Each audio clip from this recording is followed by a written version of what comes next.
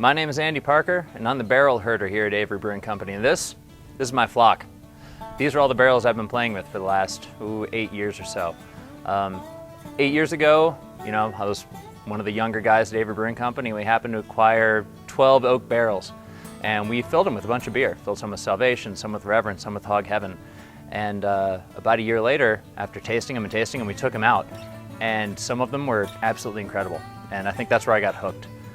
For the next 3 to 4 years after that, I acquired every barrel I could. Wine barrels, bourbon barrels, anything I can get my hands on. Just put any beer in them, try to figure out what makes these things tick.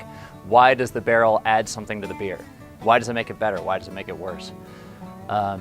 And we learned a lot about how to make beers better by adding them into barrels, by using the wine as an ingredient, by using the bourbon as an ingredient. And after a few years of experimentation, I went to Adam and said, "Hey Adam, it's time to step this shit up. Let's buy a ton of barrels. Let's start making this for real. We have the experience, we have the knowledge, and let's do it." And that's where the Barrel Age series came from. So now, a few times a year, we're releasing these singular batches of beer. We're doing it on a one and done basis. We make a beer, we're not gonna make it again. That's the goal. We have too many ideas floating around, too much fun to do. And at this point, we've released about 7 different beers in these very small batches, each with all sorts of crazy stuff going on. Some are aged in fresh wine barrels, some are in neutral barrels, and we're making Belgian sour beers. Some are aged in rum barrels and bourbon barrels, you name it. And each time we're using those barrels as an ingredient. Creating a beer where the bourbon adds to that beer makes it even better, more awesomer. And being more awesomer is really the key here. And I really saw this as the next step in the progression of Avery Brewing Company. We've been doing a lot of experimentation over the last 18 years, and this is kind of like the new level. And it's kind of weird to step back 200 years to do that new level of experimentation, but there's so much you can gain out of these oak barrels. Whether it's a fresh new oak barrel, whether it's a bourbon barrel or a wine barrel, where you're treating these barrels as an ingredient to the beer. You're creating a beer where you're going to put it in the barrel for 3 months, for 18 months, whatever it is. You're going to gain flavors out of that beer that are going to make it a better and more complex thing. It's a whole different beast than putting it into stainless steel where it's just sitting there. And it's going to be neutral. That's great. It's kind of boring after a while. Why not do something a little more fun? So I call myself the barrel herder because each one of these barrels has a personality, and it's not like running herd where you need to convince everything to move in the same direction, move in the same flavor area, make something that you really want to drink.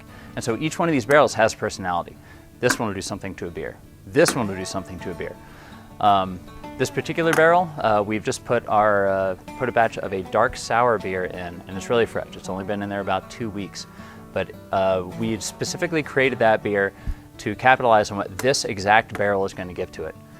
This exact barrel, it had 1 beer in it before, so it's on a 2nd generation. It'll give a good amount of tannic flavor from the oak. It'll probably give a little bit of Cabernet Sauvignon flavor, but we specifically built this beer so that it can get a tiny bit of wine, a good amount of tannic, and it's just going to taste awesome.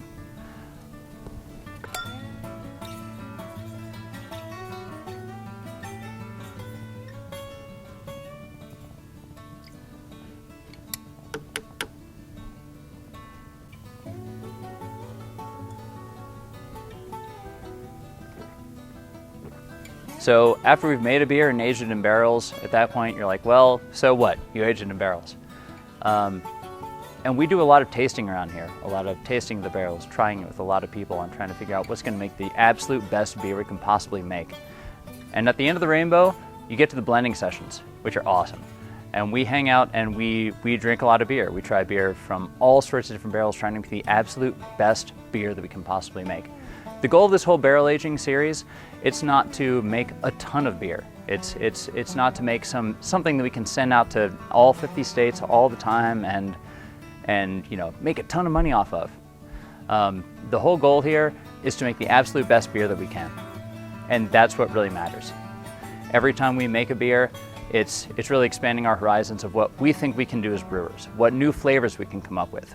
I mean, we're trying to make things that you've never tasted before, things that I've never tasted before, and I've tried a lot of beer.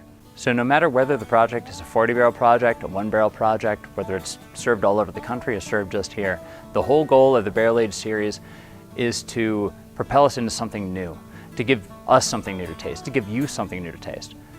Because when you're buying a bottle of this beer, you're going to taste something that you've never tasted before. Something that's going to really expand your horizons of what beer can be. And that's pretty awesome.